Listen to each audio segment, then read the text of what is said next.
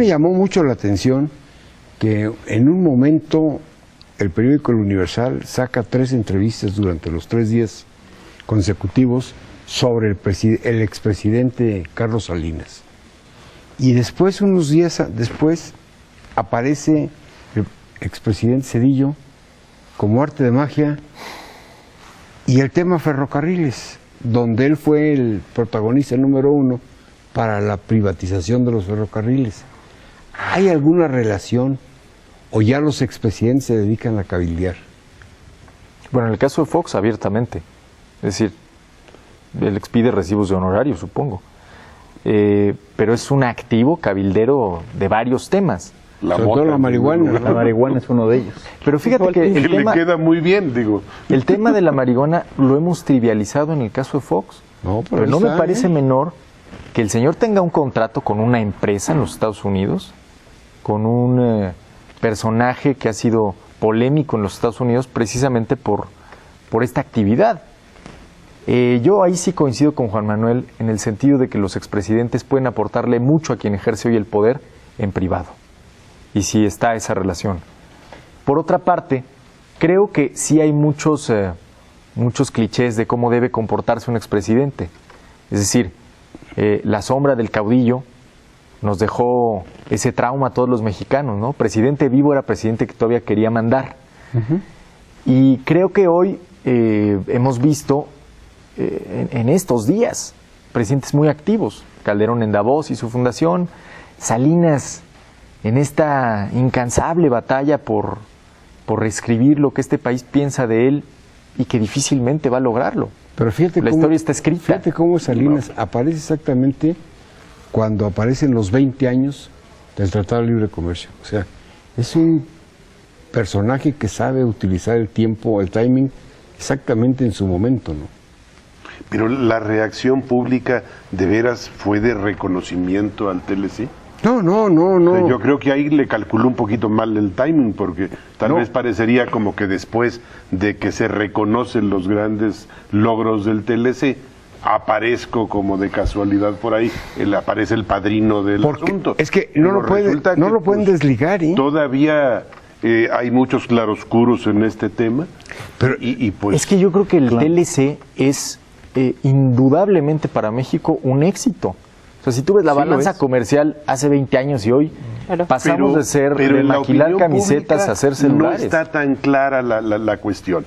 Y luego además trae una pequeña cola dinosaurica, bastante sucia, que le contrapesa totalmente. O sea, no aparece como solamente el promotor de esta cuestión, aparece como el hermano de Raúl, aparece vinculado con toda una serie de problemas. A Carlos Salinas no le pesa el TLC. Ese es uno de sus grandes puntos a favor. A Carlos Salinas le pesa el año horrible que fue 94-95. Pero yo creo que está bien que se rompan estas viejas reglas del sistema político en el que un expresidente no podía hablar. Como dices, habrá que ver en qué tono lo hace. Pero en el caso de Salinas, me parece que su agenda política pues, debe ser muy precisa, ¿no? Porque la carta con la que revira después a Manuel Camacho en el mismo periódico, que también habría que analizar para dónde está jugando, ¿no? Y que al día siguiente contesta Camacho, ¿eh? Por supuesto. Entonces ha sido un toma y daca de ambos y me parece que el tema de los ferrocarriles, por supuesto, también está muy vinculado con esto, Luis. Sí, es un tema de expresidentes que se va a poner muy bueno, porque no se saben quedar callados. Ayer venía escuchando en la radio, me daba mucha risa que estaba analizando el tema de los expresidentes y dicen, bueno, de los expresidentes vivos, Salinas, Zedillo, Calderón, Fox, y se les olvidó que sigue vivo Echeverría. Bueno, pero creo que a Echeverría también se le olvidó. Sí, también, exactamente. Ya lo indultaron. Pero creo que es uno de los ejemplos más claros de cuando un expresidente, en las viejas reglas del sistema político mexicano, quiere seguir ligeramente en activo. Pero me ganaste. ¿No? Y la embajada que le pusieron. La diferencia de Echeverría, su silencio, con los que ahora salen a hablar, son las Islas Fiji, ¿eh? Que por cierto, Mir debe estar pensando en rehacer las negociaciones para cualquiera de sus expresidentes, mandarlos allá. Yo siento que Calderón quiso romper desde su presidencia con estas reglas, con aquel funeral de Estado que le hace a Miguel de la Madrid, ¿se acuerdan? Por primera vez se ve ahí a los expresidentes un poco al estilo norteamericano. Es el estilo norteamericano donde no hay rencores aparentes. Pero romper la lógica mexicana en eso es romper con el gran mito de la piedra sobre la que se funda el sistema y el PRI, ¿no? Es decir, es una monarquía sexenal, pero ni un día más. Yo todo esto coincido totalmente con la opinión. El problema es el tema. Sí, vaya, a mí me da la idea que pasa lo mismo cuando pierde la elección López Obrador, y en lugar de construir un gobierno a la sombra, razonable, propositivo, inteligente, vigilante, que nos sería muy útil, se va a la estridencia, a la majadería, a las cuestiones raras. Que con un gobierno sí hubiera ganado en 2012, quizá. Sí, si durante esos 6 años se hubiera mantenido así. Pero al país le hubiera sido muy útil. Una sombra, alguien que lejos lejos de los corifeos que todo aplauden, y es lo que me preocupa de la foto del presidente, o sea, que vaya a ocurrir lo que ha ocurrido con muchos de los, o la mayoría, o si no por decir todos, los expresidentes. O sea, López Portillo no era ningún loco. López Portillo era un maestro universitario razonable, inteligente, que decía cosas inteligentes, definitivamente. Felipe Calderón no es tonto, en lo más mínimo, pero el encerrarse en ese pequeño grupo, el cultivo que le llaman los yucatecos a esto, nos han hecho, les hacen mucho daño, y hasta a través de eso nos daña mucho al país, porque pierden la cobertura. Entonces, cuando yo lo veo como Batman apareciendo ahí nomás sin capa, digo, sí me preocupa. No lo vayamos a hacer loco, por favor, que no vaya a perder la vertical en temas tan importantes, en un momento donde la conducción del país está tan agarrada de los hilos, ¿no? Pero eso depende de que todos los ciudadanos nos pongamos el patín bien, por una razón. Nosotros volvemos locos a los presidentes con el poder que les otorgamos. Claro. Y todo es, sí señor, qué bien hecho está, qué hora es, la que usted quiera. Y ya no digan los de la República, hasta los municipales. No, claro. Usted va al municipio más pequeño, el ciudadano, y el otro se siente de veras, claro, es importante. Digo, y si la mujer lo volteó a ver feo, le rompe la quijada. Y no se brinca a los gobernadores, también los gobernadores van a un lugar y son unos halagos los que les dan a ellos. ¿Por qué? Porque así se hizo. Ahora, yo creo que el debate aquí también interesante, y que puede ser interesante en unos años, es el papel de los expresidentes después de la alternancia. Es decir, hoy tenemos por primera vez a un PRI de regreso en un entorno electoralmente competitivo. Enrique Peña Nieto... No hay antecedente. En 2018, no hay antecedente. En el 2018, Enrique Peña Nieto va a tener la misma edad que hoy tiene Felipe Calderón. Son expresidentes muy jóvenes. Claro.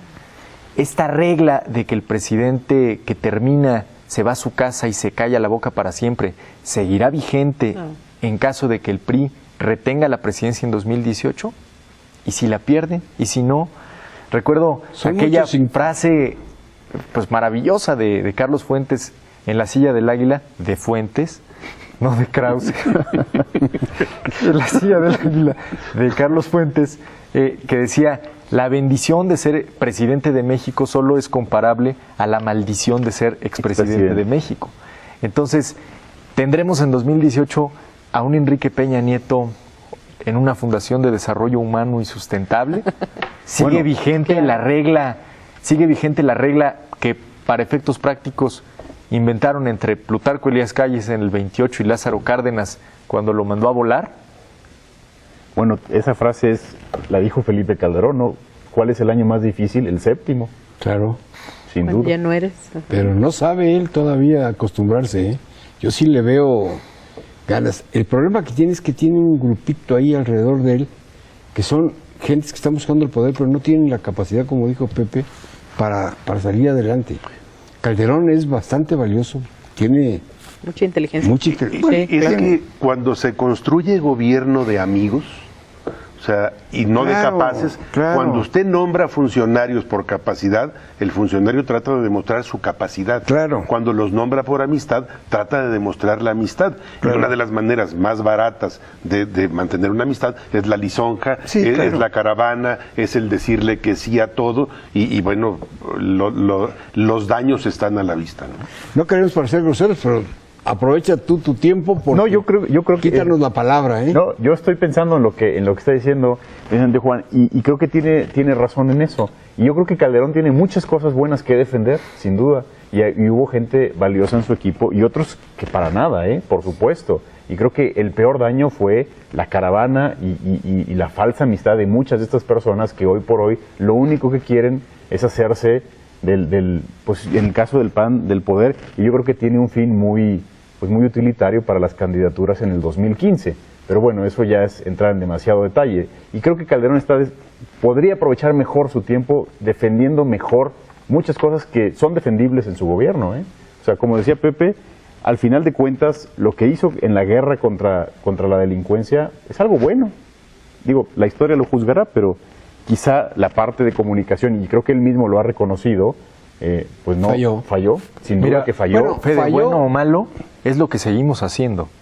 Es decir, la estrategia de Calderón al final del día... No tenía comisionado.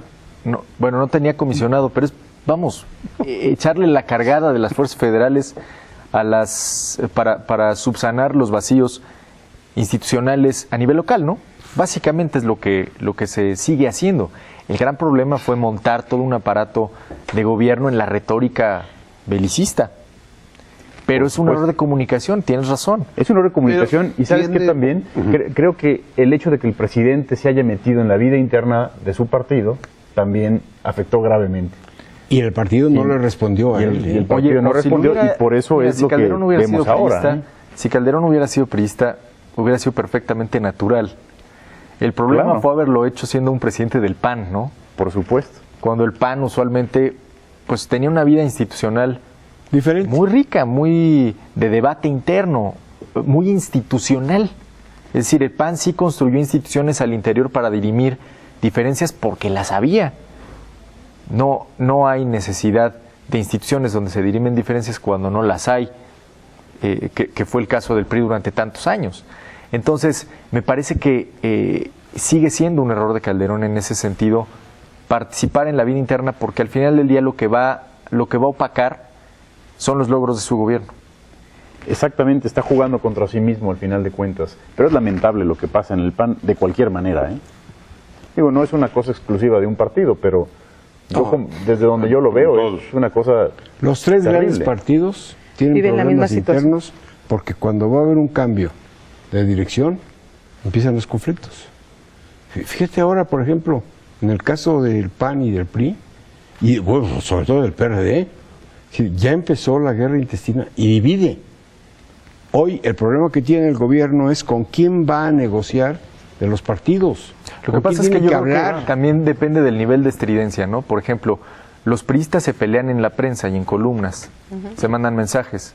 Los panistas se pelean en conferencias de prensa, abiertamente. Los perredistas se pelean a golpes y a secas. Entonces, también depende del nivel de estridencia. Hoy estamos viendo al PAN. Vamos a hacer una pausa. Por la buena, vamos. Vamos a hacer una pausa. Recuerden, ya me callé. Estamos en su mesa de diálogo y análisis de Vista Buena Televisión. Regresamos.